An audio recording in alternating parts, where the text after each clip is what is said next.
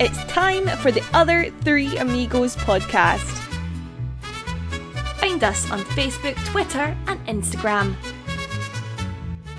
On this week's episode of the Other Three Amigos podcast, Wayne is a big fan of the Brazilians. There's kind of an update from the Jordan Cork case. Finally, we have another golf classic to look forward to. We review the Wexford game by just saying how shit it all is. James McLean has another shout in SB of the week, and it's made very clear that Dom and Wayne have no self-confidence.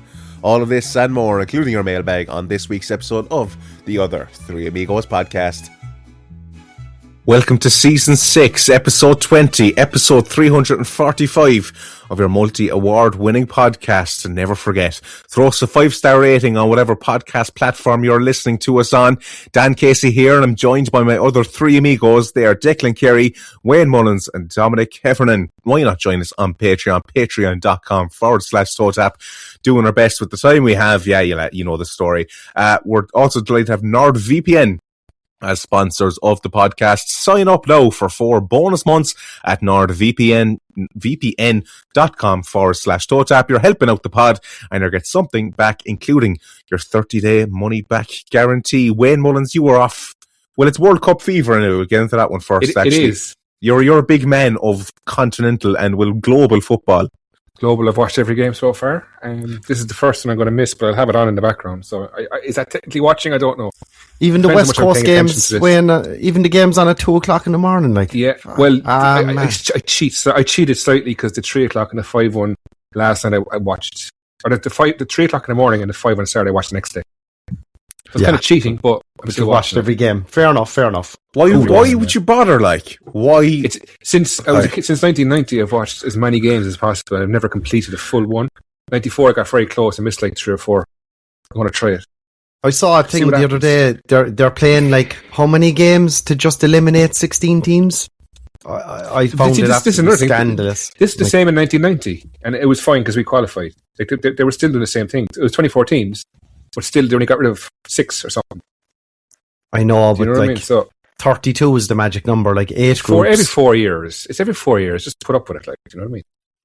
But Dom, what's your opinion on world football? I'm also loving the World Cup, to be honest. I don't know, England. Just some supporting whoever England are playing. Who do you think's going to win it, actually, Dom? Well, I was saying Spain all along, but it's not looking good if they can't get past Pico Lopez. Bo's legend, in fairness, like. Bo's legend, Pico Lopez, that was a huge shock to everyone. Like, that's literally just happened half an hour ago, that finished. But Spain were more shit than Cape Verde were good, you know what I mean? I think the urgency wasn't there. Even Lamine Yamal came on, he wasn't great. Definitely seemed to be the case from the bit I saw of it anyway. But they're missing a number 9, like David Villa or someone like that. They're missing someone like that. Right, hopefully that's the most football talked about on this football podcast for the evening. Wayne, you were also off globe trotting. Speaking of, how did you get on? It was good, and I used NordVPN and Saily, and it was good, but then it was bad because I actually got to watch the match a few weeks ago, and then I turned it off after 15 minutes. But yeah, it worked perfectly, and our friends at Nord and Saily, it saved me like €100 a device because on one of those cruise ships it's £100, right, for a device to browse. It's £150 to stream. So if you've like 5 or 6 devices, it's going to cost you about £600, which is ridiculous. So you just had a Saily eSIM then, Wayne, and because solved all your issues. Obviously, when I was out of data roaming range, it didn't work, but it was perfect otherwise. That. Yeah. Excellent. And NordVPN then to enjoy all your home-based streaming services abroad. Absolutely. Home and away and neighbours, all that kind of stuff. You know, it was all over. Like room to improve, LOI TV. Yeah. Well, fantastic. Me and Dob wouldn't know anyway because he too ran off with them both. Moving on to Academy Watch.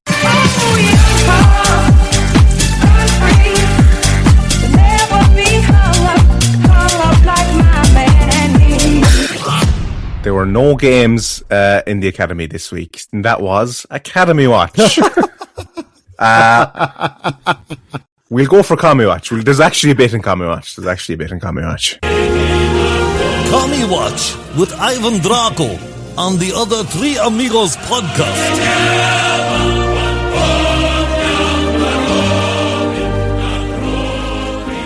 am I still going to come across as a baby, like saying the club are probably still missed off Twitter? Like you can just see people give. Like, no, they are, because putting in again. Always putting in. If you're looking for quick news lineups, you go to Twitter. You don't go to Instagram. You don't go to Facebook. Do you know? On Twitter, the algorithm will bring up stuff that you want to see. Like for anything I want to see in the World Cup, it's Twitter. You don't go near Instagram. It's utterly ridiculous that we're not on it. Instagram is for like, I saw did Van Dijk put up something there last night of his celebration and player stuff, and the clubs do the main highlights and scores from the games. And didn't I see? I think someone say like the club had up the halftime score from the game last week, but they didn't bother putting up the full time one till like the next day or something on Facebook. So like, you really need to be. And I went on a rant about this about the website as well. On our last episode 2 weeks ago, I think. Like, you really then need to up your game on all the other channels if you're going off Twitter and X. Like, that was just, I took that as an absolute given. But the website was still advertising tickets for a game that was finished 4 days earlier. And, Facebook has up the halftime score, but no full-time score. Like, it's just kind of a bit. Deshaun Darling was on an advert there during the week, wasn't he? Here. I'm getting adverts on with that Tunde on the front of match programs, that watch that's no longer for sale. Like, yeah, it's a bit how messy. does it keep coming up now? They're definitely paying someone to do this. There's no way this is being done internally. Especially when we did see those AI generated, like, come out and support the rebel. Yeah.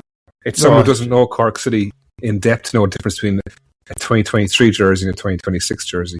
Whereas someone like Howie would spot that, or someone internally would spot that. But surely it's coming up in their own feeds as well. That but what I see maybe something different to what you see. Maybe. So it has to be someone external doing it, and they're just putting the wrong pictures up. The only thing is, even if it's somebody externally who wouldn't know the difference between a 2020 jersey and a 2026 jersey, surely they'd be able to see the caption of 2020 player sponsors, or player sponsorship, and know that that's not right. Yeah, the Deshaun Darling one was just strange. Like, geez, that's 6 years ago. But the thing is, on the social media, right, Instagram is for gym shots and pint shots, going on holidays and seeing how amazing your life is. You don't go for that for info. Info is Twitter, X, and they're really missing out. That's what they want. They want the highlights of how great we are. That's a good point. Yeah, never thought of that. But then, isn't it more so then, like, I don't know, dare I say, like, is it somewhat controversial? Twitter is more seen as favourable towards people leaning in the right-wing direction, and Blue Sky, and what's that other one called, Wayne? I can't remember the name. No, that's just bots, though, like I'm not that way inclined. Yeah, I know. Yeah. I don't think you are, like. No, my ex is the same as you. I go on there and I see, scores from different games and World Cup stuff and WWE and whatever, UFC there. I saw my ex is flooded with stuff about that Freedom 250 night in the White House. But other than that event, I don't get many other right-wing stuff. All right, of course, come up on yours. Anyway, we have a Brazil night here coming because you support us, we support you. We've had a lot of love from the Brazilian community over the last few days. So with Ireland missing out, we've decided that we will support Brazil for the World Cup. So yeah, ahead of Brazil's match against Haiti, basically the club would like to invite them to the match on Friday. Basically trying to get Brazil people to go to the game, wear your Brazil jerseys, wave your flags, and bring a proper Brazilian atmosphere to Cork. So convenient to playing the next night, not playing the same night though. Randomly pick the team playing on a Saturday, like. A friend of mine from Haiti texted me saying he was going to go to the game, but he's not going to bother now. It's like, Jesus, this is just, I don't know. Why are we picking sides in the World Cup? You'd have cantankerous bastards like Dom, like, be stout Argentinians who would never show their face at such an event, like, Well, it doesn't even have to be cantankerous people like me. It could also just be the large Argentinian population of Cork too. I thought the strangest thing about this is that there's no, like, we're in the first division. We've done offers this year. Like, this was just a perfect... I was waiting for it. I was reading it again. I was like, oh, surely there's going to be a $5 offer if you wear a Brazil jersey here. Yeah, or didn't we do Brazil and Cork City half and half scarves? Maybe if you show up wearing Brazil merch, you get money off a scarf for a $5 or something. I don't know. Like, or the first 100 people in wearing Brazil jerseys get a scarf. Like, I don't know, something like, just... No, it's just like, come to our game, pay 15 quid to watch us. You'll be there with another 1,400 people. Like, Jesus. It's reaching there with for me. 1,400 people. Yeah, it's the ultimate reach here for just like, lads, we're stuck here from can we do something with the World Cup? Yeah, yeah. Look at the fixture. Yeah, Brazil are playing. Yeah, let's invite all Brazil natives that live in Cork to the game, but we'll charge them full whack. It's like, come on, like. The thing is, they tried it. Was it last year when they had the international night when it was where your thing, and that was a failure. Like realistically, there was fuck all people wearing international jerseys. I think I wore an Irish jersey that day, but I would have been there anyway. So, like, it's a great idea. I do think it's a good idea. You jump on whatever way you can get people in the door. It's just you need to be offering something. Just say, come support us. It's like, what difference does it make to Brazilian fans that they've put that out that it wouldn't have made it? Like, you have to offer something. And then you can say, well, isn't it a bit unfair to offer people who wear certain things a certain discount? So maybe even if it was just, like you said, have the Brazil Cork City half and half scarves for sale, or have something, just give something to entice people in other than we're supporting you, so you support us. We're supporting you on social media, so you support us financially. Yeah, that's again, like, we're supporting Brazil. Like, are we going to send Shawnee over, like, to the game or something? Like, it's so. Are the team going to do their warm up in a Brazil jersey or something? I'm so cynical with these things because I've been there firsthand around tables when people have been brainstorming, like, what marketing ideas for this game or that game, or what can we do now, or like, what can we make different? So I know the way sometimes these ideas are just flung out there, and look. But like, again, I wouldn't knock them for coming up with an idea. Like, you need to come up with these kind of ideas and stuff. It needs to happen. It's just have a bit of a follow through on it. So, like you said, with brainstorming, right? We'll do a Brazil night. Okay, how do we get the Brazil fans in? We'll tell them that it's the Brazil night. Great, no question of.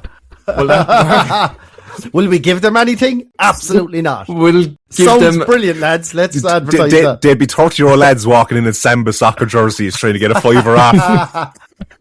But that's the typical cynical nature of it, Dan. And you'll be like, oh God, there's plenty of Irish people too who have Brazilian jerseys. We don't want to give them a fiver off. Like, I just know that was said around the table. Like, but like the thing is, and there is a big Brazilian population in Cork, and if you see any like the carnival football kind of atmosphere at Brazilian games, you'd love to get that into Turner's Cross. It's a great idea. It's just develop it a bit more. It's never going to happen, Dan. It's not. No, it's not realistically.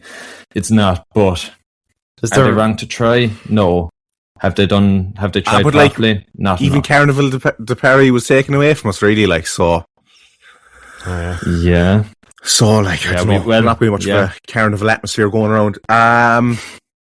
Right, Wayne, last word to you. Are you happy enough with the Brazilian thing? With the Brazilian situation? Yeah, delighted. I just thought it was going to be featured in SB of the Week and not in Commie Watch, to be honest. I just think, again, it's another example of doing something half-arsed, isn't it? You know, and that's the motto of the club, really. Let's do it half-arsed. And a big long statement on a social media post then, like this. Wayne, you know this on social media. Like Cafu, who they're taking, like, as if we gave Cafu the jersey. They're taking credit to that fan. Like, it was some fan gave to him, like, you know, and just. It was was it Colin Sheehan, or am I going mental? Yeah, I think it was. He knew someone who sent it over, I think, yeah. But just a terrible social media post too, like, I think, like, Facebook even. It's grand, like, it's grand. It's just half-arsed. Yeah. But those graphics, Wayne, that are full of text, Facebook actually give you, like, a thing to say, like, we don't like those types of images that are just like a big giant paragraph of text, and the algorithm for public posts then don't really push those out. You need an attractive graphic, and they do similar, I think, with AI. Like, if it detects AI generated content, it doesn't really push it out far and wide. But anyway, look, it's better than nothing. It is to the Brazilian diaspora in Cork City and County. Like. Anyway. Right, the Lee Valley Golf Classic. We have another golf classic back. Jesus Christ. It gets better and better. Powered by AirTech compressors. So it's on Thursday, the 20th of August. I don't think any of us are at Hinton on the 20th of August, are we? €300 per team of three. €100 per tee tee box / green sponsor. Look, to be fair, it's probably a reasonably enough price there, lads. Yeah, it's cheaper than it was before. It's way cheaper than it was before. And format scramble and grey prizes up for grabs. So it actually does seem like a bit more of a fun day out this year. I feel like it is cheaper. I could be wrong on that. But at least it's in Cork as well. Like, it's not up at Kildare, which is like a huge bonus. How do you sign up? Just if anyone is interested. Info Cork City FC that's what we used to get. Full story on ccfc.ie/golf. So good to know we have our own dedicated golf page now on the club's website. Zeus news. Declan Carey going to go to you here because Keith Ockenden, has he stepped down as chairman of the club? This came up in some LinkedIn, I think, during the week, did it? Yeah, they just kind of rang a bell, I suppose, with me. Like, he was announced as the chairman of the board back in, I think, 2023. I think it was around maybe February or March 2023. There was never really much mention of him. I did work with Keith a little bit when we did the original Zeus deal. He reviewed some marketing material and logo for the jersey and made sure it was all correct and that kind of stuff, and perimeter hoarding, advertising, backdrop approval, stuff like that. And then it was announced that he was the chairman of the club back in early 2023. We don't know, chairman of the non-executive board that was there. I don't think there was ever any announcement or confirmation of whatever really happened at board of management. It seemed like just a group of people maybe that were advisors to the owner, and now he's left Zeus, and I presume then that means he is he still advising Cork City? That whole thing was just a bit of a shit show, wasn't it? That announcement of a board of management and stuff like that. So I think it just kind of... That was back when they're trying to make... I think fans were idiots, trying to pull the wool over people's eyes. Here, yesterday. Here, Brazilians.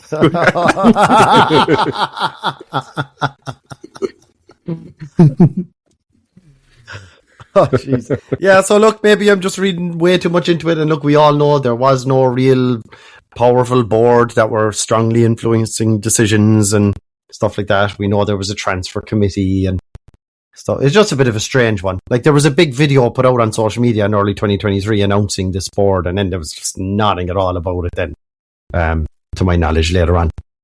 Just seemed a bit of an odd one. It's not really a big story, but the moral of it is that there's no board, and if there was, Keith Ockenden is no longer on it. But he wasn't on it anyway, so that's a fact. Yeah, something like that, Tom, yeah. Decent summary of it.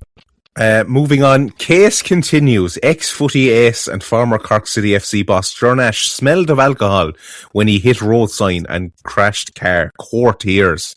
So this is of Anne Mooney of the Irish Sun, not my words, okay? Ex-professional footballer and former Cork City FC manager Jornash crashed his car driving through a roundabout and hitting a road sign, a court heard today. Gardaí told the court that the 39-year-old smelt of alcohol and was unsteady on his feet, with two people at the scene apparently holding him up.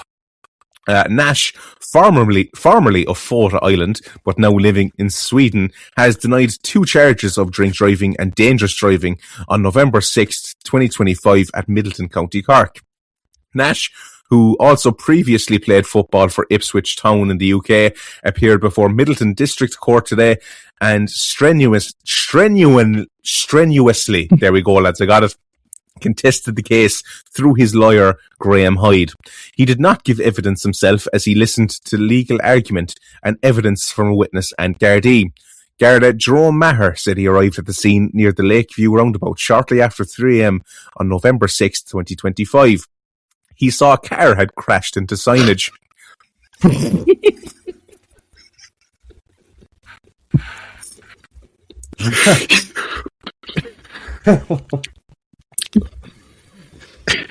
He spoke to the driver of the vehicle, Jornash, stating there was a strong smell of alcohol from him and his eyes were bloodshot. He formed the opinion that Nash was intoxicated, however he did that, and incapable of driving a vehicle. He arrested him on suspicion of committing an offence. And I've never seen so. An evidenzer test was done at Middleton Garda Station, Nash was found to have 52 micrograms of alcohol per 100 milliliters of breath. This is in excess of the legal limit. He made no reply to Gardaí when he was charged under caution. Garda Maher said he believed Nash drove straight through the roundabout, crashing into signage on the far side of the roundabout, directly in front of a bridge. He noted the presence of tyre marks at the roundabout. Garda Shea Dempsey said when he arrived at the scene, a white vehicle was embedded in the road.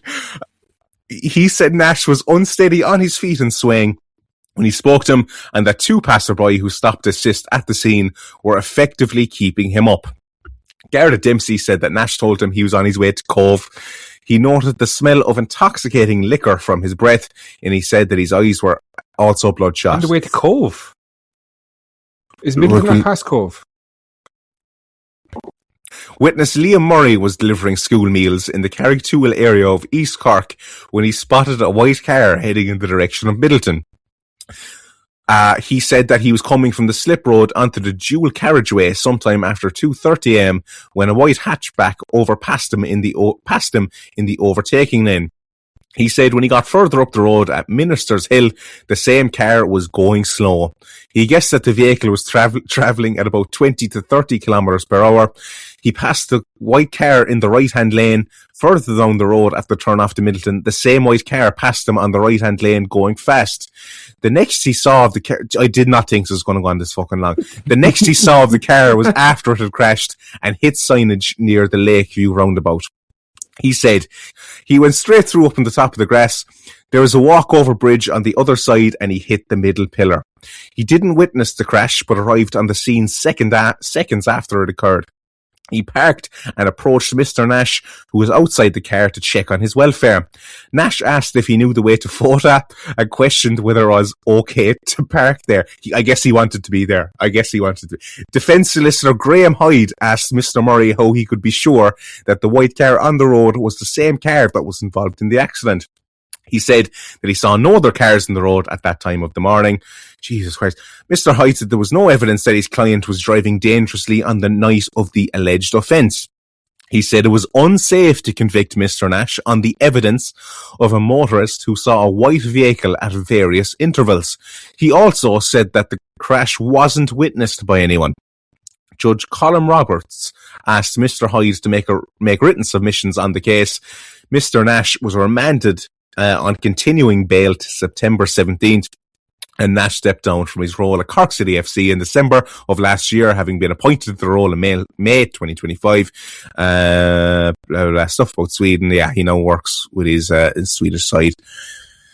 Oh, This audiobook was brought to you by Dan Casey. By Anne Mooney. In case Narrated by Dan Casey. Yeah, what a shit show, lads. Allegedly, and the Courtiers is doing a lot of heavy lifting there in that article, I think. There's a lot of heavy lifting a lot of the time for us too. But what we're trying to say is that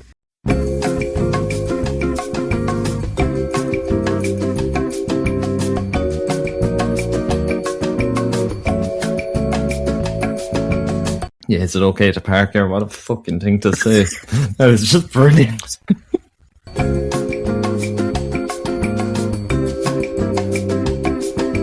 And like it was the week of the cup final by the looks of it.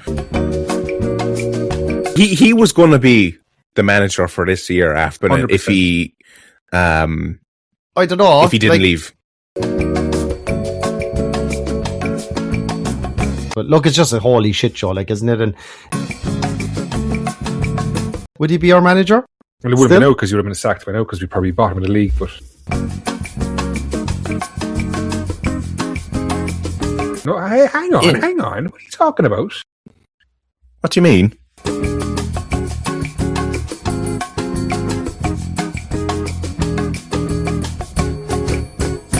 Wayne Mullins is going to go to you here. What do you make of the obviously sad passing of Bobby Tambling, who passed away at age 84?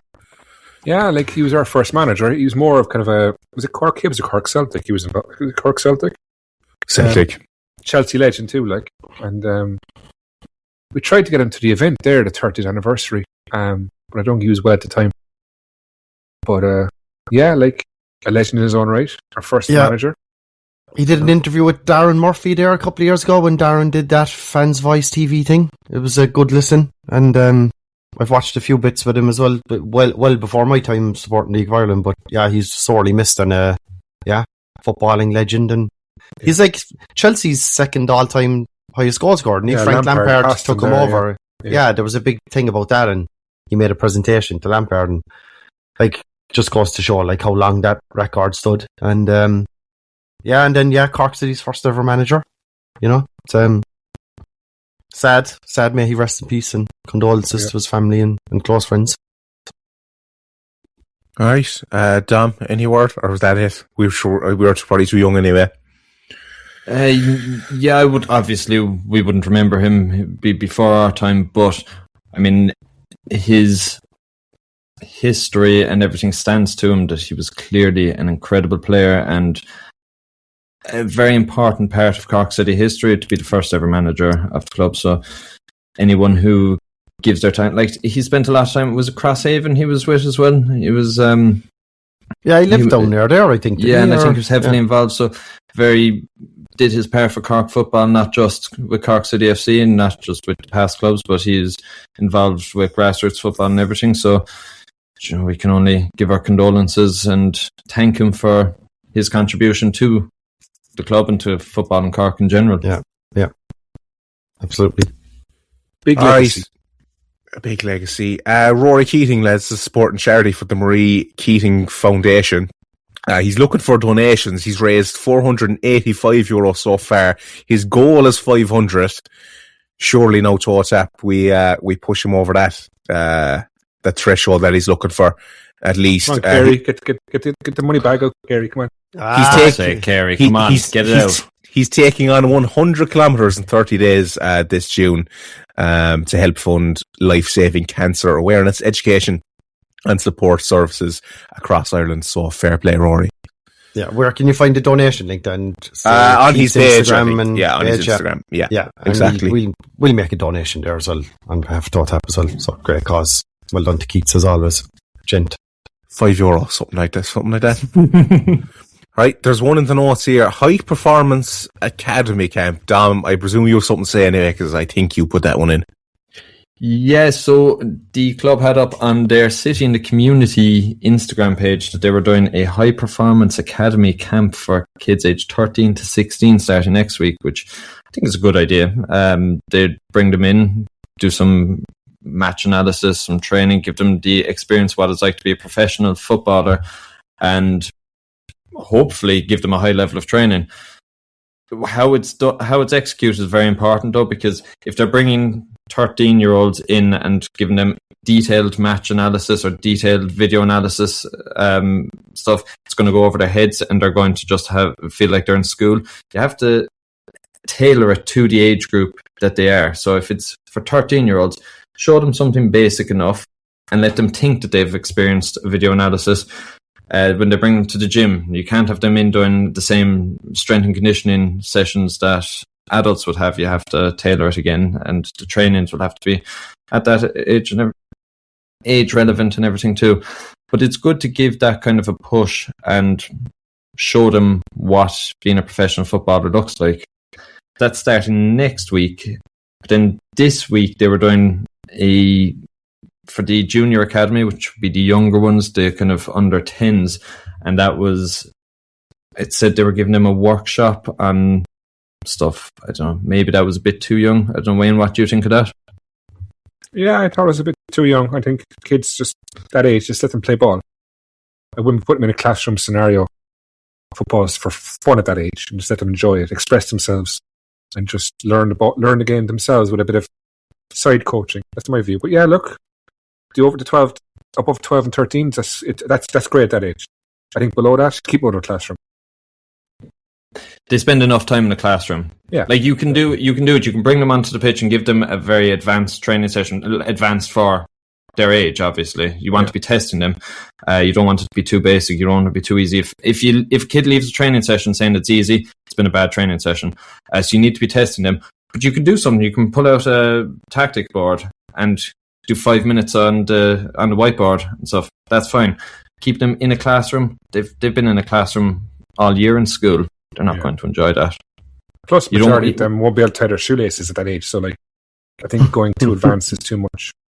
Tying shoelaces is a very important part of It is, coaching it is. academies. You spend so much. You need to be an expert at tying kids' shoelaces if you want to coach kids. And there we have it. All right, we'll park that there. We'll talk about a bit of football now. And unfortunately, City's 2-0 win over Wexford. Kerry, can you give us your synopsis of what many are saying it was the most boring game of football of all time, which has been said also many times this season? Yeah, look, I watched it on LOI TV, Dan. Look, yeah, first half was just absolutely diabolical. Like, one of the poorest halves I think we've played all year. I think the introduction of Keating obviously changed the game for us.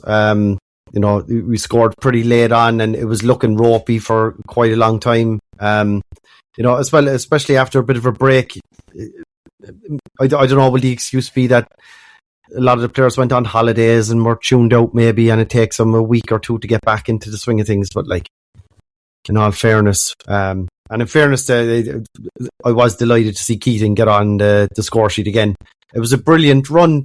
Dom, you'll hate this, but Niall O'Keefe, like, he took it around one of the Wexford players very well, and a great turn, great cross. Keating got a great head on it, but I think the Wexford keeper maybe should have done better, but I think it was a powerful header, pretty low, but it was kind of straight at the keeper, but for some reason it went straight in. And then, of course, Wexford, then we had that Rabona from Hans and Bongo laid on again. At this stage as well, LOI TV was still saying that the score was 0-0, so I was waiting for the scoreboard to update. And Hans then, fired in that Rabona. It was a definite attempt of a cross, but not sure if it was marked down as an OG in the end after a woeful clearance attempt on the line from Wexford, and the ball just kind of fell into the net. Wayne, some were saying that it was an OG, but you were in defence. It wasn't an OG. You can't. I didn't think it was either. It's like, My I think view he can't be completely proved air either. hit it. It was a It was complete going air in, in my shot. view, anyway. Hard as well then when, like, LOI TV lads, I know it's the first division, but, like, come on, at what stage as well do you say, alright, it's the first division, we're allowed to have it as shit as it is? But, like, Keating's goal went in, and immediately, like, you see it when it happened live, and in fairness it was a, like, brilliant goal kind of out of nowhere, great turn from Niall O'Keefe, so I said, cross in, bang, header, goal. And they put the cameras on the Gardaí on horses near the corner flag for about 20 seconds. And, like, Well, that was up there with Howie catching a ball in the gantry levels of, like, Jesus Christ, this is where we're at. Like, and the audio for the commentary was shocking. It sounded like they were inside a keg of beer. Like, it was just awful stuff. And, just total, just embarrassing stuff in terms of the coverage. And it was a terrible game. Aside from those two moments then that were a bit interesting, but of course you get no replays then, and you're trying to rewind it, and the LOI TV app isn't great for that either, going back and looking at clips, and yeah, just it was just an annoying one for me to watch. I had the World Cup on a tablet. I think Canada were playing at the same time, and the City game on the TV. But yeah, I did the same, and I swapped from City were on TV. They were on a tablet for the second half. I just swapped it. I wasn't watching that shite anymore. I watched it, but I wasn't deep in it. well, what did you make of Matt Murray then for all of his calls to start in the game when he finally did? I don't know, was he that impressive? yeah, quiet, I'd say. But this is where you surely have to take your fucking chance in a shit game when the lads around you are playing shit. You have to take your chance. But it's hard to play better when everyone around you is playing shit. Like, you saw Spain today against Cape Verde. Like, when they're all playing shit, Yamal came on and he didn't do much. It's hard to like, it should be the older players grabbing everyone and lifting them up and saying, "Come on, lads, get going." You can't expect an 18-year-old to do it. 19? Is he 19? 18. 18. You can't expect an 18-year-old Yeah, but in to grab fairness a to bit him, of when scruff of the neck. he has decent first team experience now, like from last year. And He's got, what, 10 games? I know, but he played in the Premier and he impressed. So you would expect him to be, Plenty of players around him have way more experience, and they're the ones who should be grabbing the scruff of the neck. I agree with that. I think both things can be true. I think he impressed so well in the Premier last year. We all expected him to be Cathal O'Sullivan-esque in the First Division this year. He in fairness, and that's just a testament to how well he did last year. But again, we're kind of all scratching our heads as to why maybe he hasn't got a chance up to now, and now that he did get a chance, then he obviously it's hard as well to come in and you're away in Ferry Carrig and play well here now, bud, or you're dropped again. That kind of mentality going into the game, no doubt. But let's wait and see. Tom, I'd given him a lot of opportunity. I defended him all along, saying that it's very difficult. He's getting 10 minutes at the end, and it's very difficult to do anything in that time. But when you get a start, then you need to be making those opportunities. And Wayne's right in what he was saying, that if everyone else around you is having a bad night, then it's easy to also fall into that bad night. But if you're saying that you deserve to be in the starting 11, then you need to say that you're above what's already there. So you need to put your name in there by having a performance that's above everyone else on the pitch. And pressure's on him now to do that if he gets another chance. Now, there is a lot of pressure as well that, okay, if I don't perform, I've got to start now. Was this first start or something? I've got to start. If I don't have a great performance, then I'll be dropped again. I won't be looked at again. So that creates a bit of pressure. But I mean, professional footballers need to be able to deal with pressure. He's a man dealing with pressure well at the moment. Rory Keating, the monkey, seems well and truly off the back. How many goals in the last 3 games he's scored now? 3 or 4 anyway, I think. Four in 3 games. Yeah, 4 in 3 games, and he was robbed of one at loan. Yeah, maybe. And a few disallowed goals before that. And lads, doubt him now. The king is back. Long live As we said, that's the one good feel-good story about this season is Keating. Yeah. Makes you feel good, doesn't it? And he deserves it. He's just such a great guy that he absolutely deserves to be as successful as possible. Kerry, sorry, go on, Dom, you were going to say something. I was just going to say for the game, I missed it because I was in Turner's Cross watching Galway and Dundalk. Oh, for shame. For shame. What I would say is we are in big trouble for next season. The game in that Galway-Dundalk game wasn't necessarily a highly advanced level. It was certainly good. It was a lot better than what we've seen this season, but there was still a lot of booting the ball long and it wasn't the best game of football. But the big thing that worried me was the speed that was played at. And I mentioned it a few weeks ago after watching Shams and Bowes that they're not just a level above us, they're playing a completely different sport to us. But that's different. That's the team that are first and third. We need to be competing with Galway and Dundalk next season. That's the level that we need to be at. And we're well off that. How fast the ball was played, how fast everything happened. We just don't have that in us at the moment. It's between next season will be between us, Galway, Dundalk, and Sligo probably at the bottom. And just on speed alone, we're not able to keep up. We get relegated straight away next year, lads. As of now, yes. But City this season are last season's Dundalk, and there's no way the next season will be this season's Dundalk. If you get me, the level that they were playing at, we can't do it. We won't be able to do that next season, considering that they were us this year. And Liam Carney was there. I saw him in the stands, and I really hope he was taking note of what he was seeing. Again, the game was nothing special, but it was just better than everything we've seen this season, and a lot faster. Then I went back and I watched our match, and got about 23 minutes in, and I had to turn it off. I was going to turn it off. I skipped ahead to the 75th minute or something. what a shite. Like, how many times this season have we said that this was the most boring first half, or this was the worst game? And you look in the format, every game seems to be the worst game of the season, the most boring game. It can't be the case every week, but it seems like it just seems the bar is on the ground, and every week we come along with a fucking shovel and dig our way under it. It's pathetic football, is how you could describe it. And like, I just don't. When you compare that to what I saw in Turner's Cross on Friday, it's just, we're just in a lot of trouble. But the goals, like Rory Keating made a great impact when he came on. He not only did he score his goal, but he also started a bit of play for it. He set up Niall O'Keefe, and Niall O'Keefe did a great job with the assist to play it in for Keating to head it home. And then literally, not even a minute later, we've got Hands and Pongo's goal. Now, an amazing goal. Like, if it's not giving us an own goal, then it's a Puskas contender. But like, the cynic in me, the kind of looking at it from a coaching aspect of, you need to find stuff to improve on. Why did he go with Rabona from there?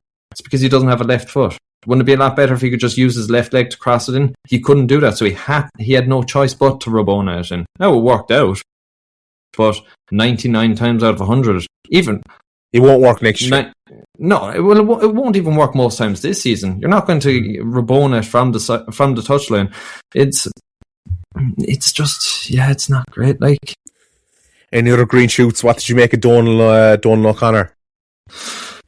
From what I saw of him, he seemed grand, but like, it was very different to the Finn Harps game, and that's another thing. Like, we were so good against Finn Harps by this season standards. Like, not if you're comparing us to 2017 standards or anything, but based on this season standards, we were so good against Finn Harps, and you're thinking, right, this is a great bit of momentum. Hopefully, we can carry this. The mid-season break came along, and you could be forgiven for thinking, okay, maybe now we've got a good performance, a good result, we've got a break, and now we can carry that through for the second half of the season.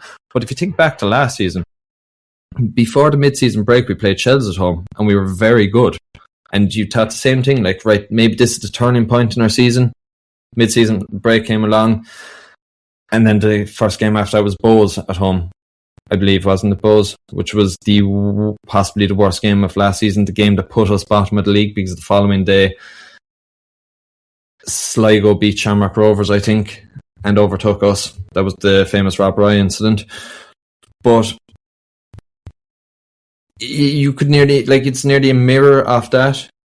Last season we had a bit of momentum going into mid-season break, and then it fell apart afterwards. How does that happen? Like, how does that happen 2 years in a row that we drop everything and don't start again? Now, I know we got to 2 goals and it's great and everything, but like, for the fans, anyone who travelled down to Wexford, are they going to be happy with that? People do without a routine, and people do without because they love the club, but like, we call them Tims. There you go. Even I haven't been to many away games this year. I think I've only been to 3 or 4 away games this year. But you got married, damn. Like, your life changed. You cancelled the holiday to watch a fucking City game, like. And I'll do it again when it's worthwhile. You just for TOTAP Live, didn't you? You changed your stag date or something? That was justified. Come on, no. The arc entrance. Anyone should change it. Anyone should cancel anything for TOTAP Live. I mean, if my wedding happened to be clashing with TOTAP Live... Speaking of which, lads, when's TOTAP Live 2? What's like Band-Aid, is it? Yeah, and it has to be Roman numerals, lads, like, for TOTAP Live 2. A la WrestleMania and the Super Bowl, like, we have to go to Roman numerals. Well, is Decky shagging off now this year for good, like? Or will he, you know, half-assed like he did this year, like, you know? Jesus Christ.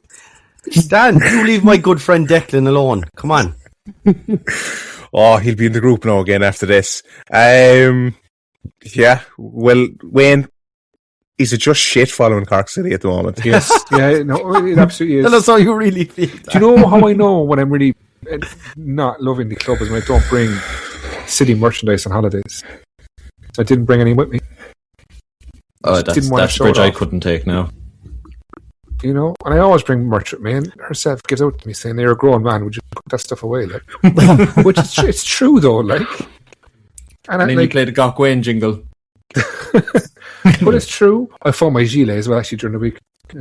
It's actually horrendous. I don't know what I was even thinking, but anyway, that's how I knew. I just don't, like. I don't enjoy it anymore. I think, and it's plainly clear why this has happened and who's done it. And I would forever blame that person for ruining my love for this club. Declan McCormack. Yeah, Declan's done it, like. But as I said, if it wasn't for this pod, I would not be anyway engaged with this club whatsoever. You just need a break sometimes, and I wish I took a break this year. But the thing is, because I'm bitter and twisted.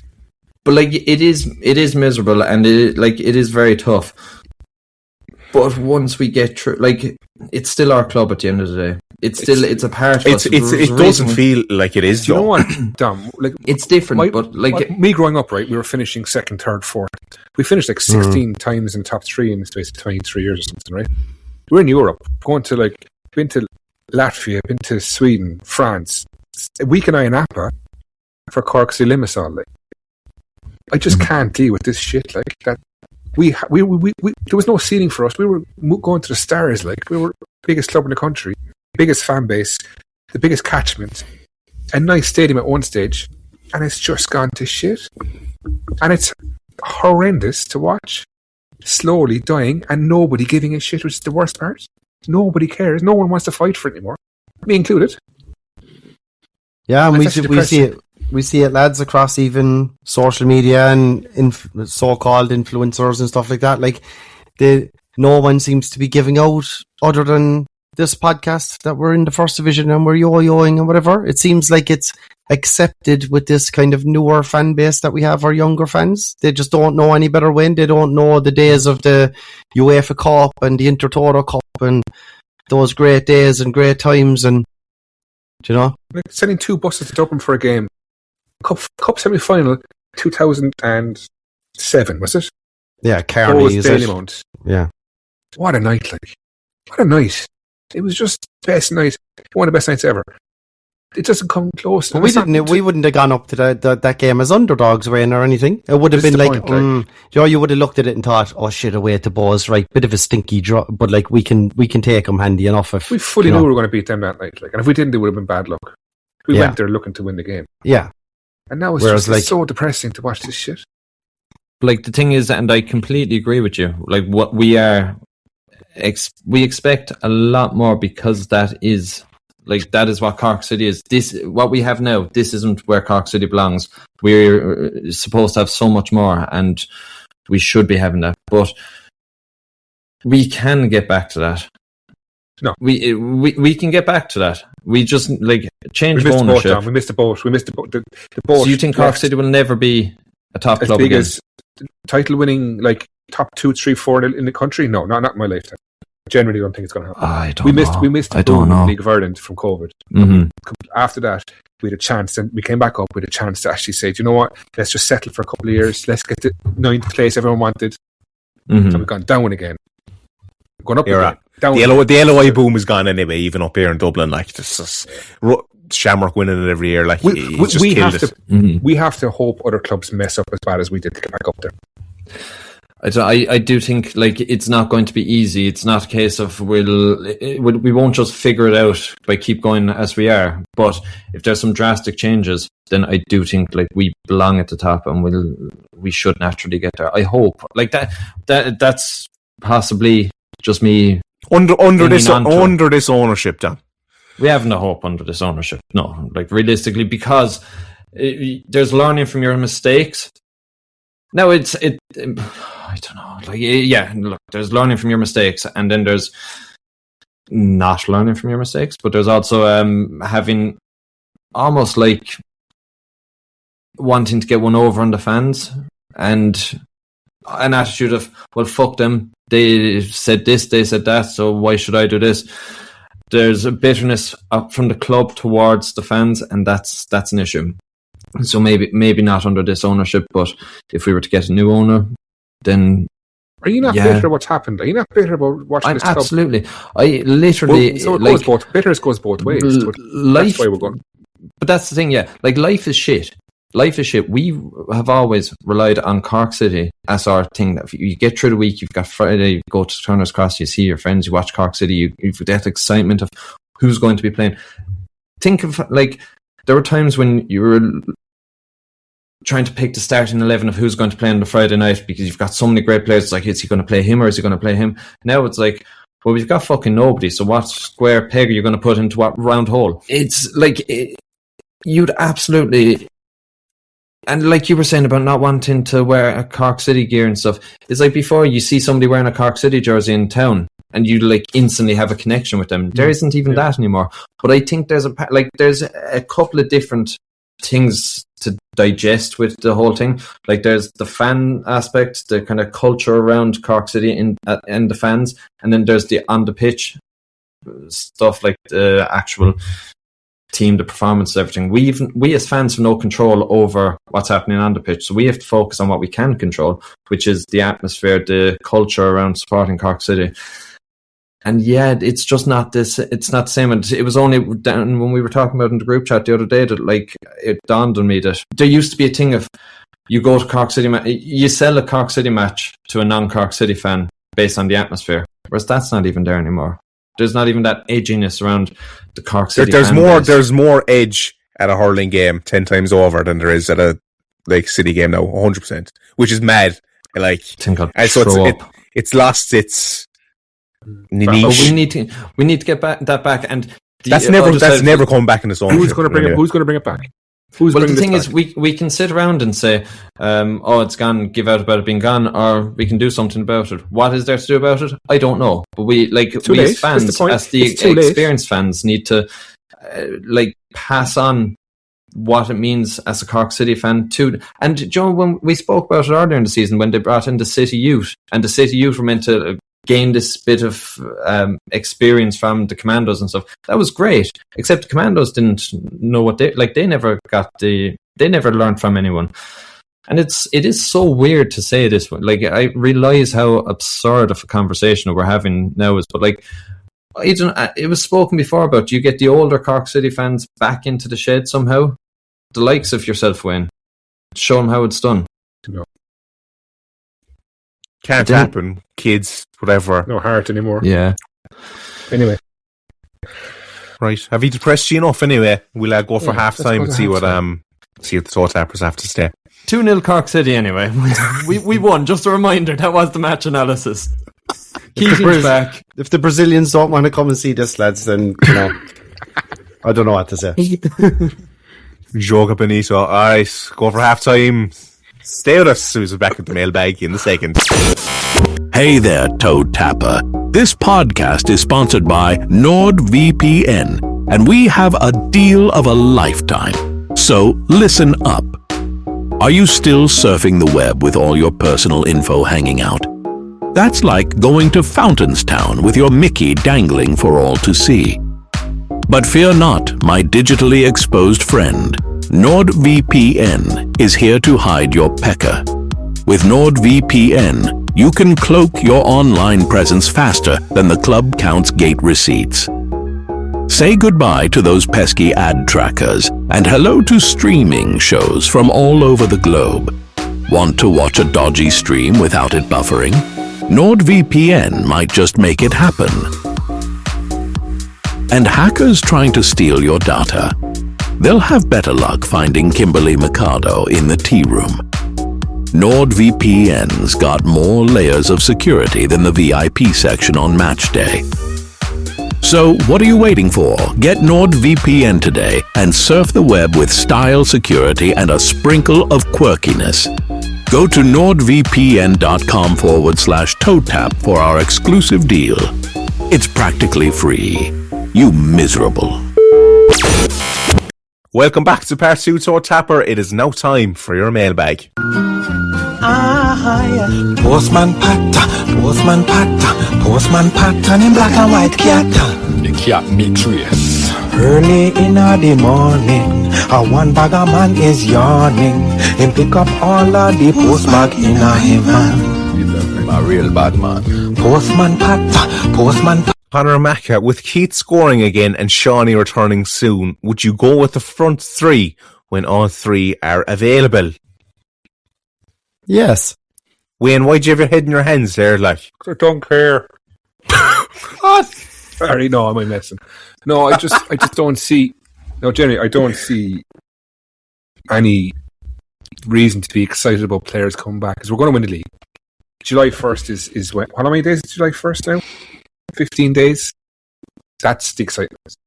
We need to have 5 players in, and maybe another 2 or 3 on pre-contract agreements.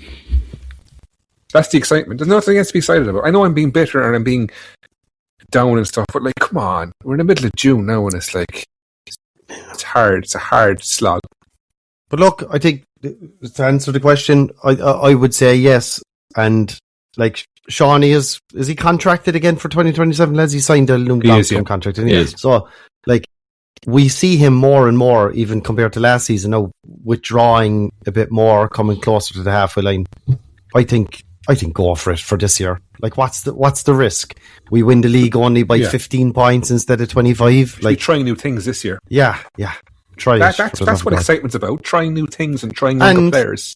Who do you drop out of Hans and Keats? No, like, and then you can't drop Shawnee. Like, he's your main man, your star attraction. Simple, really.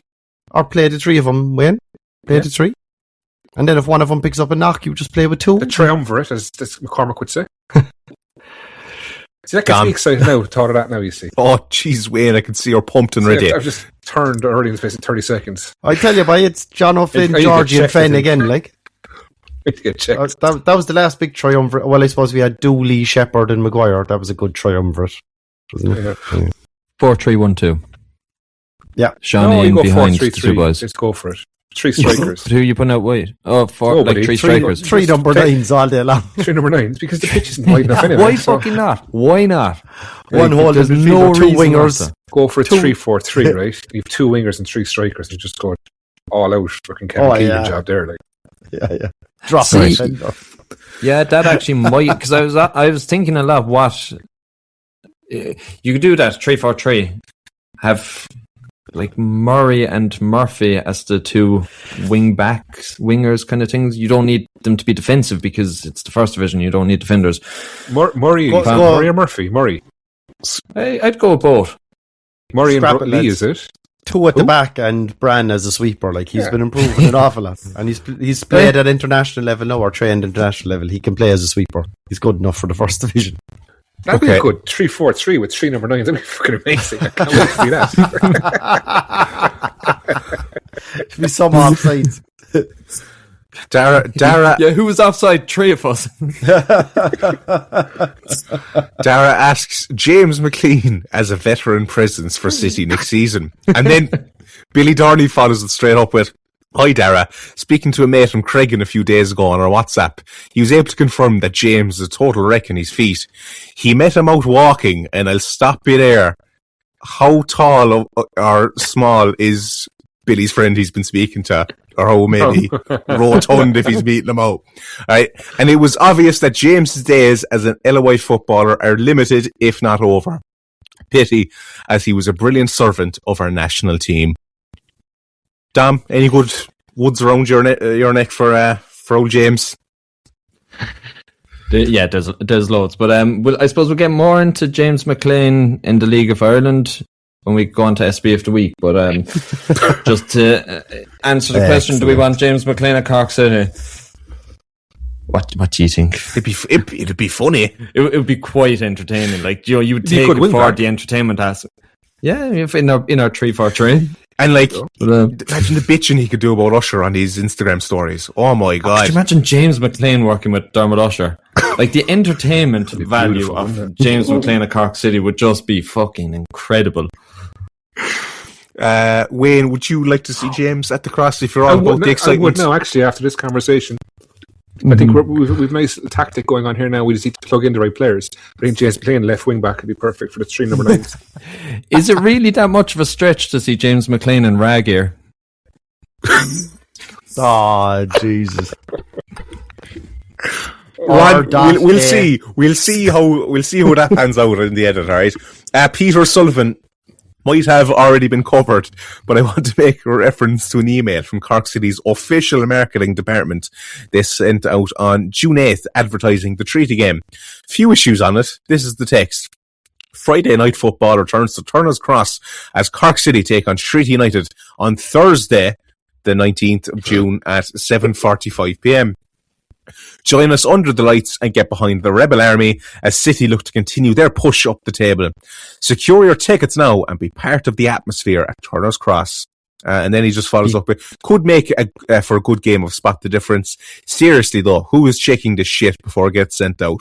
Amateur hour. Up the town, up West Cork, and up Ryden. Dom, do you know Peter Sullivan? I don't, but he has a very good observation there. He's from your town, like. Is it? He I is, yeah. assume that's what he means by up the town. Yeah, he's from Castletownbere. Yeah. Do you know him? Yeah. All right. He knows Peter, who I'll you meet are you for a anyway, pint Dan. and Max. He's a good I'll meet guy. you for a pint Very and good Max, guy. Peter. Does anyone know what AI app the club are using to write those nonsense marketing emails? Well, whatever it is, it's definitely on the fast version, free version. There's no chance they're using the 5.5 ChatGPT or like Claude. that's it. But when, in fairness, that is such a typical AI error, isn't it? Getting the day of week wrong versus the date. It is like the greatest Thursday night in Cork, lads. On a Friday. It's a bit sloppiness again, like, isn't it? Just like the push and up. you know, this is what I know. Sorry, but again, I really like AI, and it gets a bad rep for being AI slop, and this is the kind of shit that gives it a bad reputation. Yeah, because people are lazy and they just vomit it out like this, and it's just like, God. Well, here's something AI could certainly not ever do. We are on our one question on X, which is actually incredible. Donnacha McCarthy asks, any comment on this Kerry sticker in Tork Waterfall? And it's the picture of the Kerry mascot, which is a tiger, and the slogan, "You've just been fingered by the finger lickers." So, that's you, Dan. You brought that up, man. Yeah. That's your thing, Dan. I made that go like pretty viral on TikTok, I think, a few years back. And I think they have a flag as well of the "You've been fingered by the finger lickers." But yeah, fair play to them. Claim to fame, Dan. Right. It's time, I think, for SB of the week. That's the end of it. No more we questions. have 4 questions. Wow. The interest in the club has dropped off. Club are so right though. Like, social media is dead. Like, Of course, we get a low mailbag, and it's the clubber to blame. Yeah, not the pod. Anyway, SB of the week. It's time for the SBMBS of the week. All right, Dom, it's your show. can I just say I saw at least 10 times this week. Oh, I was all over it. I was all over it. Yeah, you were like. I think a lot of the stuff has been covered in Commie Watch already, but we'll start off with one we've already referenced, which was James McLean. So he was doing his punditry for the World Cup, and he made some comment. He was asked if if his family are enjoying being back in Ireland or something, and he said they are, but he's not, essentially. It was a very veiled dig, but something, and he mentioned that there was phone conversations were had, and then you realise that it's not as it was described or whatever. Can't think of the exact words off the top of my head, but basically he said what he was promised isn't the case. Who he's taking a dig at? Probably Tiernan Lynch, because he's shite. But it's hard to know. Like, James McLean came in and we knew there was into the league, and we knew there was a potential for him to be absolute comedy gold. We knew there was also potential for him to be absolutely toxic. There was talks of, is he going to be the new Damien Duff? Damien Duff improved the league so much. James McLean has always had a kind of a cynical view of the league. He's always viewed the league as being below him. And he, like, there was a couple of years ago, he had a Twitter spat with Shawnee Maguire and Greg Bolger, and he was referring to Greg Bolger as a nobody, and he was speaking poorly of the league back then. Then when he got moved to Wrexham, he went to Wrexham, who were in League 2 in England at the time, and he was on saying that, because there was talks he was going to go back to Derry at that point, and he was saying that no, he's too good to go to Derry, that it would be beneath him, and that League 2 in England is bigger than the League of Ireland, which it just fucking isn't. There, and then you're thinking, okay, now he's going to come back, and is he going to eat a bit of humble pie and accept that the League of Ireland is a lot better than what he, or isn't beneath him? He's been very poor, but clearly he still thinks that it's below him, and it's just a shame because I really like James McLean as a player, but he's just disrespecting our league, and I don't like that. Right, our next SB of the week nomination. How many do we have, lads? The next one is the whole Galway and Dundalk in Turner's Cross thing. Now, Dec, you wanted to include this one. That fucker just puts SB of the week. Oh, he wasn't on me, but that's the fucker. He just puts SB of the week on everything. Yeah, like I just look. Mainly highly inappropriate, never could be used. How many were there? There was 454. Yeah. Which, like, look. Yeah, I just thought the Sunshine whole supporters, obviously. I just thought the PR campaign Galway went on afterwards to try and like absolve themselves of all possible blame for this was like a bit shambolic. Like they waited until the last minute for GA fixtures to be confirmed or whatever before like, oh crap, no, we don't have a venue. Like, in all fairness, and Dundalk are dead right to push back, and Galway come out then like, you know, oh, everyone's to blame except us. Like, get your own house in order, and it's just typical of who's involved there at the moment, I think, to try that method. And for once, I was delighted to see Dundalk get the last minute winner at the Cross. And, you know, look, it is what it is. And it's just unfortunate for Galway fans that they have to kind of put up with this nonsense. And I saw then Galway made like a feeble effort to put on travel, and it was subsidised. Like, just like their owners are gazillionaires, like, just throw on free buses. Come on now, lads. It's a complete one-off playing a home game down in Cork. It's how the rich stay rich. I know. Like, but just a bit of a total shambles. And, yeah, like I just, typical League of Ireland, typical, you know, Galway and whatever. And just SB of the week nominee without a shadow of a doubt. You see, we're both very biased in different ways, because obviously you would love an opportunity to have a go at whoever JC is. And I've been involved in these fixture debacles too as well, Dom. Like, I think I've been there, and, you know, where the Cross has been overused and the MFA are pushing back, and, you know, they're pushing back against having women's games in the Cross, and you have to look for a different venue and all this kind of nonsense that happens across the league. So, like, I've had my fair share of that. And, of course, look, if I do see nonsense and bullshit from particular people in the league, I will point it out. Mm-hmm. Like, what I would say the other side of it is, like, well, it's very rare. The two things I hate the most, Dundalk and the GA, so it's very rare that I get to have a swipe at the two of them in the one go. Were the GA dirty in what they were doing? Like, they had given them the ground, and now some said that it was subject to them not getting a home game. Others said that they were meant to be playing in one pitch, and then it was moved at the last minute to Pearse Stadium. Is that what it's called? Yeah. So there's not much they can do, and their backup very well might have been, surely we'll get a postponement, or surely we'll be able to reverse the fixture. Now, they couldn't reverse the fixture because Dundalk, who were in their right, but despite being inbred, to do that. But the manager was on a PR statement on an interview praising Galway GA to the absolute hilt. They were like, oh my God, we're so grateful and thankful to Galway GA. It's probably, you know, you probably had to keep them sweet because they are using their facilities. But I do agree. I don't like that because they did kind of fuck them around. Like, the other side is the FAI would have no problem postponing many other games. Why wouldn't they allow to postpone? Neither of the teams are in Europe. Neither of the teams are going to have a big problems. There's a little bit of that too with common sense, and, you know, yeah.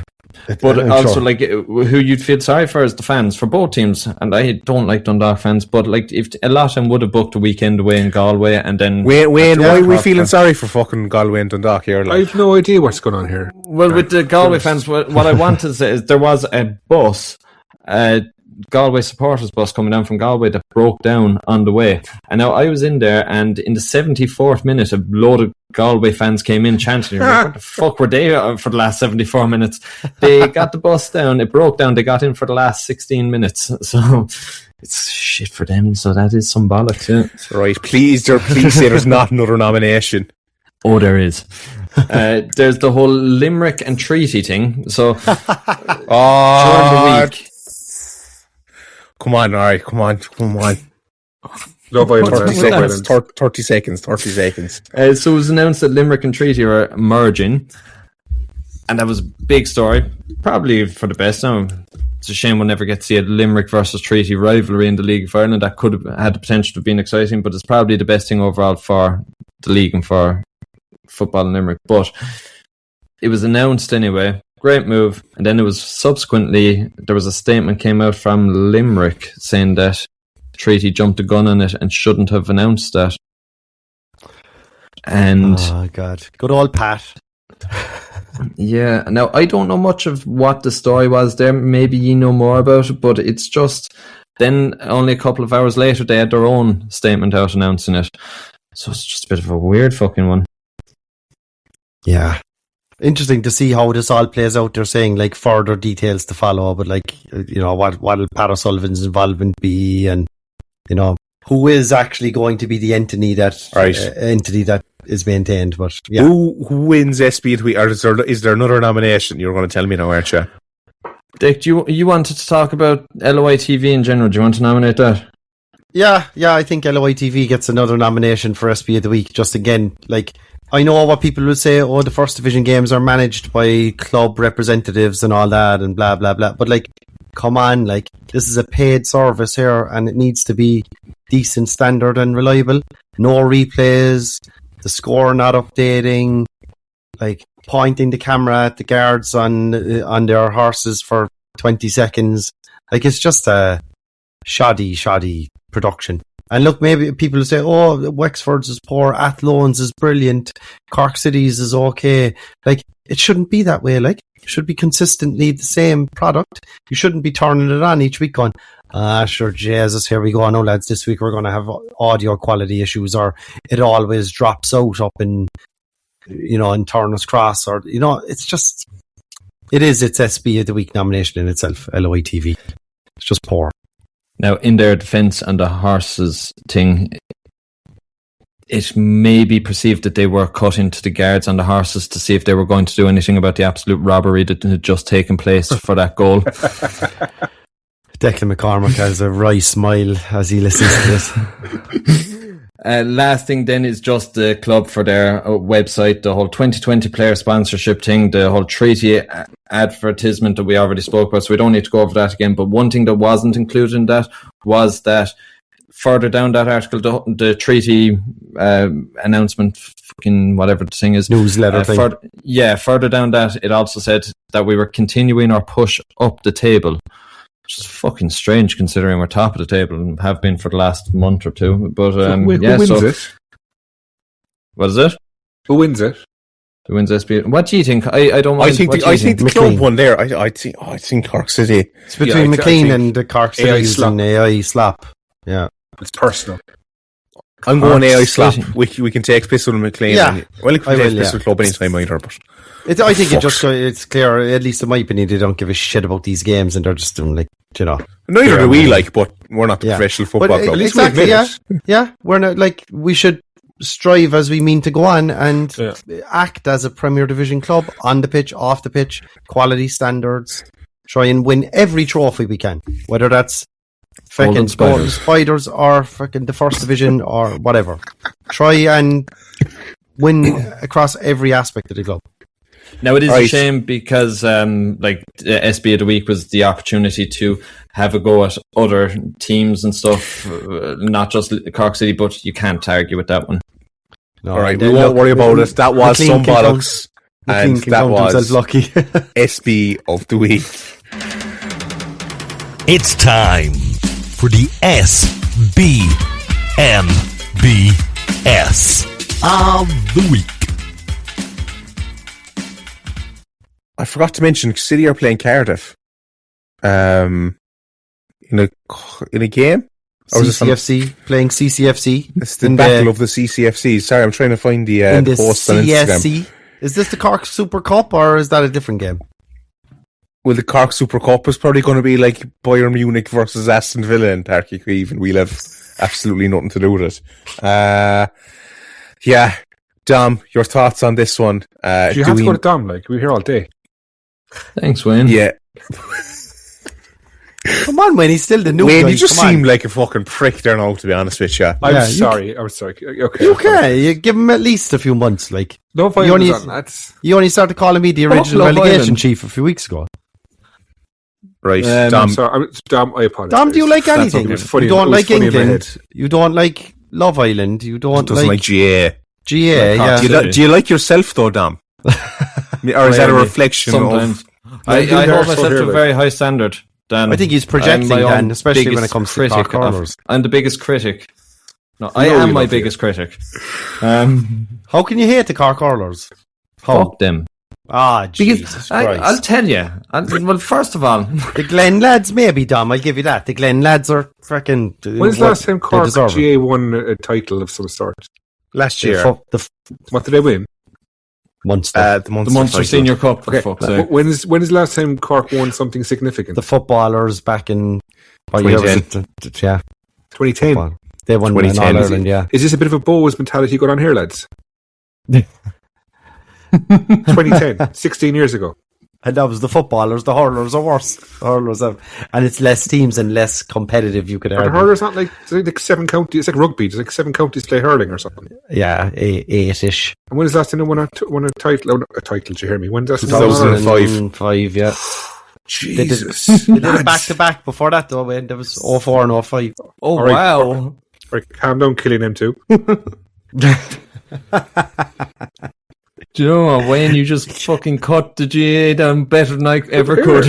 I'm like, do you know what I mean? There's a reason why I don't support losers, like. But there's a reason they're selling out stadiums every week in City. That's fine. No, there's a couple of reasons. If they want to win the social media war and you want to win a ticket war, that's fine. I want to win titles. We're not winning 50 them either. The first division trophy and Golden Spiders. This is why I'm snapping at Dom. I'm snapping at you all day long. Yeah, but like, there's a couple of issues that I have with the GA. The fact that they get 45,000, whatever it is, at matches while we only get 2,000. Now, I know you'd say, well, they're winning and we're not, but we are winning. Equally, we're winning shit matches in a good sport. They're winning shit matches in a shit sport. But there's this kind of... There's kind of indoctrination, and it's in the schools the whole way up. And I remember when I was in school, like, I hate GA. I grew up surrounded by GA in school, and it's the same in all the schools. You're forced into it. You should love Gaelic football, though. You should love it, like. You should love this shit, like. Being from East Kerry. I ran a real football team in a GA area, so I had all the hassle of dealing with the two. Yeah, I won't ever have much love for that sport. Right. Ever been to a game? Nah, never. I've been to my first game of hurling was last year. What you go to? Haven't been back. Huh? What did you go to? Haven't been back. Junior fucking Z or so. It was some junior game anyway. That was a final between some team up in East Cork. Who was it? Newtown. No, I don't know who. It was a good game. I enjoyed it because little fella was playing at half time, so I kind of had to go. Killer, probably. They have half-time matches at Junior C games. It was a junior final. It was a final, like. All right. Okay. Ah, fair enough. I got programmed somewhere. I don't know. Programs. I used to play when I was a kid, like, and then I had a bad experience. Never played again. That's one thing, man. The programs are brutal for GA. Even like the top tier marquee games, like they're shocking. Do you want to share that bad experience with us, Wayne? No. I was playing street leagues, and it was like a 65, which at that age was probably a 25. It was the last minute, and I was on the line Hurley. Is it Hurley or Hurley? Hurley, okay. They took it and hit the Hurley, but then bounced over into the back of the net. And it was my fault we lost. And you know how that goes. There's always a route to the hatred, isn't there? It was under 12s and I was 9, so it was actually quite good back then. This goes back to the Wayne and Dom hating themselves thing again, you know? It is, yeah. It always goes back to themselves, Dan. I feel they're projecting. Their you know who was good at GA? Jimmy Barry Murphy, the father of Cardiff City FC manager Brian Barry Murphy, who'll be bringing his team to Turner's Cross on the 14th of July. Wayne, does anyone give a shit about these games? Or do we even talk? For kids going to the games, I used to love friendlies when I was a kid. It was Man City, Celtic, Sunderland, United. It was great. Cardiff aren't as big, but it's to see someone different. This is the Chris Crowley Derby, isn't it? And he a mad Cardiff Cardiff City fan. We play our youth players, right? And I get you can't be playing. We can this year. We can play our first team this year. Why not play the first team and try to beat them? Are these not the reason we have to go CCFC 84 as a hashtag so people don't? Yeah, Coventry as well. Oh man. Frank Lampard's Coventry City win. That's what they're Plus, called. it's also like CCTV, like people. Oh no, anyway, ignore that. That's stupid. No, we leave that in. We finished this. It's Love Island's on, lad. Alright. Oh, lads, we have a preview. I actually forgot we had a fucking game. Who are we playing?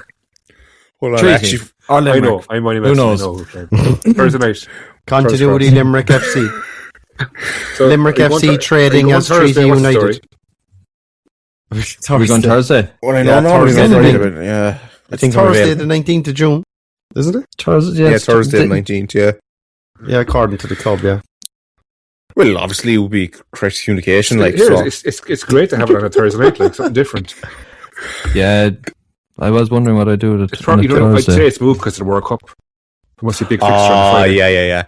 Or who are Cove playing? Maybe they're making space for that, so people can get to the boat, you know. Mm-hmm. That's, you know what, that's do you reckon there'll be people show up, don't realise and show up on Friday by mistake?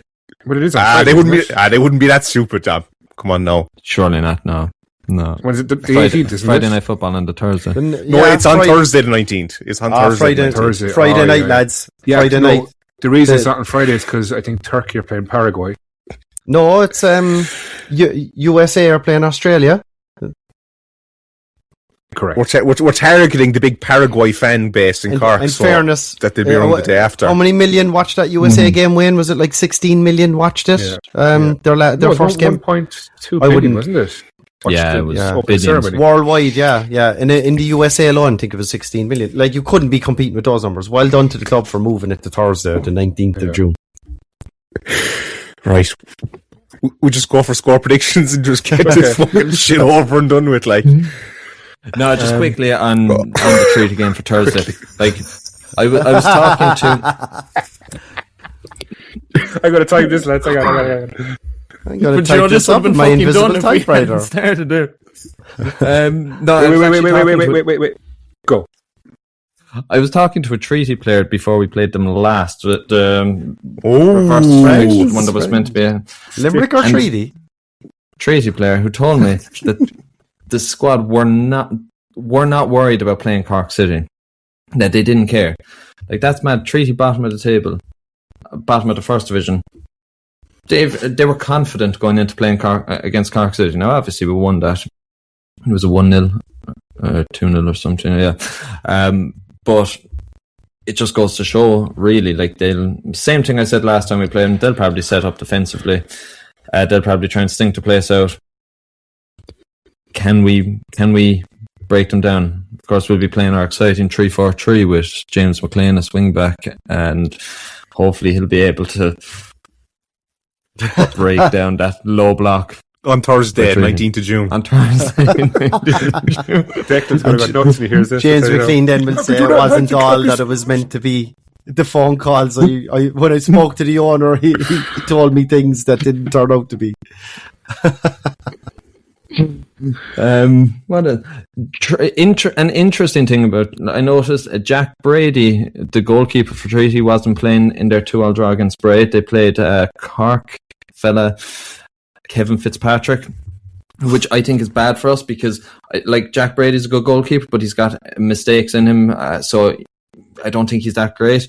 Whereas Kevin Fitzpatrick, from what I've heard, seems to be a very good player. He's a very big, powerful goalkeeper. So, is this your friend? Yeah, a big, powerful man. He can do it all, Kevin Fitzpatrick. The man from Cork. Oh, we should sign him. No, I just think like the fact that we've got a fella from Cork, I think, played with Mallow and UCC and stuff. So he's going to be my player. Did you write his Wikipedia page, Tom? I'm heavily involved in Cork footballing circles. I know a lot of people. Yeah, he's my player to watch. Your best man, was he?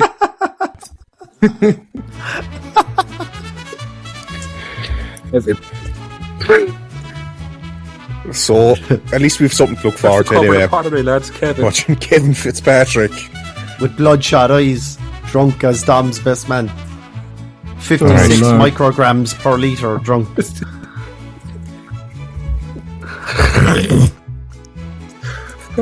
Alright. Oh, there was something I wanted to go back. Oh, there actually was something I I'm wanted not to say. going to. No, I was talking about that earlier conversation. They referenced Jarnash Swain at the scene. Shouldn't we see him doing that in the fucking dug up the back of the Derrynan Road every fucking week? He was swaying back and forth, like rocking himself. Oh, Jesus. Right, we'll end the pod. What an awful year. Awful year that was. We'll end the pod. And we peaked. We'll end the pod here. Lads. The views represented by Dominic Heffernan do not represent the reviews of the other three Amigos podcasts and all rights reserved. Oh, allegedly. 1-0 City. 3-0 City. Yeah, just go for. I'll go for the fucking. 2-0 City. Yeah, we'll end it there. All right, Dom, did you give your score prediction? 1-0 City. All right, that was it. All right, lads. 4-0 City. Yeah, grand. Good. Yeah, happy with that. Another 2 Rabonas from Mpango. Sorry, Kevin. Every Rabona he scores, we get 50 quid to charity, okay? We were not keeping track of the nutmeg thing whatsoever. So, like... we're kind of lost down, but I don't think there has been any. Yeah. Okay. I was keeping track of it, but I don't think there has been any. Alright. Anything you want to say before we depart ways? Not Dom. Cork Schoolgirls won the Gaynor Cup. Just fair play to them. Congratulations. Anybody else? Cero miedo, amigos. Enjoy the game on Thursday. Adios, amigos. Should we really tell him when it's on? No. Okay. Adios, amigos. If someone shows up, lads. Fuck me. Adios, amigos. Is that going to be your fucking... I don't fucking know. I was trying to think of something. Adios, amigos. I stole that off the sign phone. off. Alright, see you later. Ciao.